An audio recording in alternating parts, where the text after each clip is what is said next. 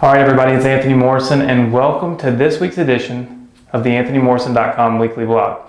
So listen, I want to tell you, I had a lot of feedback from all of the videos that we've been doing since I've been really kind of teaching a lot more on the weekly blog. So I appreciate all of you watching these videos. I know you're checking your email, and that's how you know they're up. If you're not on my newsletter, go ahead and join. It's completely free. You'll see a link right up here on the right above the video where you can just put your name and email address in. We'll send you an email every time we publish a new video and a new weekly blog. Helps keep you on track. Now, for this week's edition, I want to kind of expand on what I talked about a couple of weeks ago, which was emotional ad copy, right? So pulling the emotional trigger inside of your ad copy to get people to take action.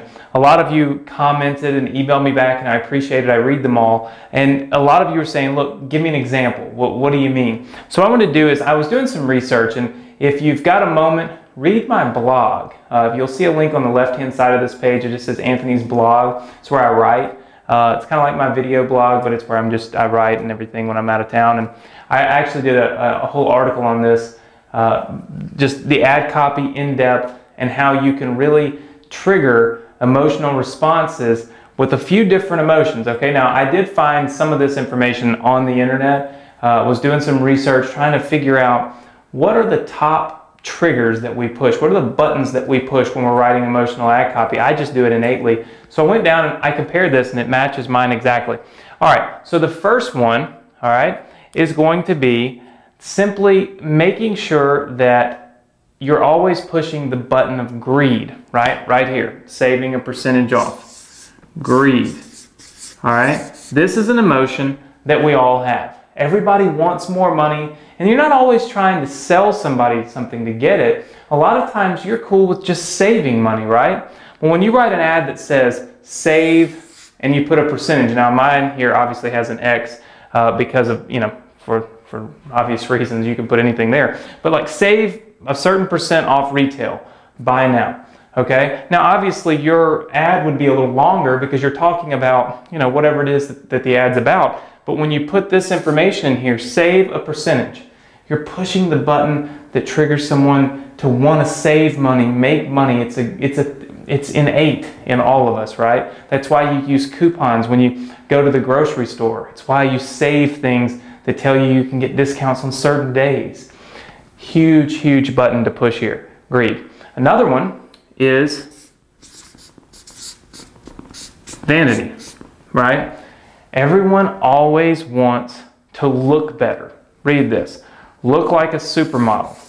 Why do you think all the magazines stay in business, especially that OK and all the ones that come out every week with all the supermodels? And it's because people look at that and they want to be like the people that they see, so they're drawn into the magazine. And who do you think advertises in there? Any kind of company that will help you lose weight, look better, feel better, all of these things, perfect for an advertisement that pushes the vanity button, right? Another one is exclusivity, all right? Kind of hard for me to get it all in here. Exclusivity. Now, exclusivity is pretty much just making someone feel like, gosh, this is the best thing that I could possibly do because it's the #1 rated in the industry, right? So this could be, if you're selling a product, you could say #1 rated in the industry, #1 most widely used, #1 bestseller. It doesn't matter what it is, it's exclusive because it's the best, right? So you've got greed, you've got vanity, you've got exclusivity, and the last one is probably the most important one, and that is fear. Now read this ad. Out of shape, question mark, get blah, blah, blah, blah, blah, whatever you want to do, order now. A lot of times what you put is embarrassed, question mark, out of shape, question mark, get this new pill that'll help you lose weight, or get this new DVD set that'll help you get in shape, whatever. What you're doing is you're playing off the emotion of fear, because people are scared to go to the beach and look bad. They're scared to not dress the way that is proper when going to a certain event or to a certain place. So what you do is you kind of play off of the fear factor, right? And that is, people are scared to not fit in. So if you can make that in your ad copy, if you can show them how you can help them fit in, they're no longer scared. You're conquering fear. When you conquer fear, people take action, right? So it's real important that you look at all of these different aspects: fear, greed, vanity, and exclusivity.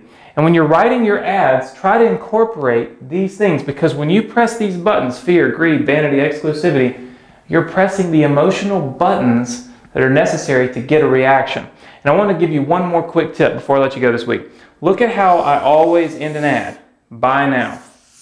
Order now. Buy now. Order now. These are triggers, right? But they are commands. I tell people what to do in my ads. At the very end, I say order it or buy it, or whatever it is, it's sign up now. Whatever it is that you're doing. You always end your ad in a trigger that commands them to do what it is you want them to do. The human mind works in so many different ways, but there's one thing about it, and that is that it responds to commands and directions. And when you tell someone to do something, a lot of times you got a lot greater chance of them actually doing it than if you were to just say, we have a great product, and end your ad that way. So, to recap, ad copy, you want to make sure you press the buttons of fear, greed, vanity, and exclusivity in your ad copy. You want to make sure you end your ads in a command that tells people what to do. And I think you'll have a lot better success with your ads and generating traffic to your website. So that's it for this week's edition of the AnthonyMorrison.com weekly blog. Make sure to check here next week, because we're going to go a little more in depth on this aspect right here. So make sure you check back next week.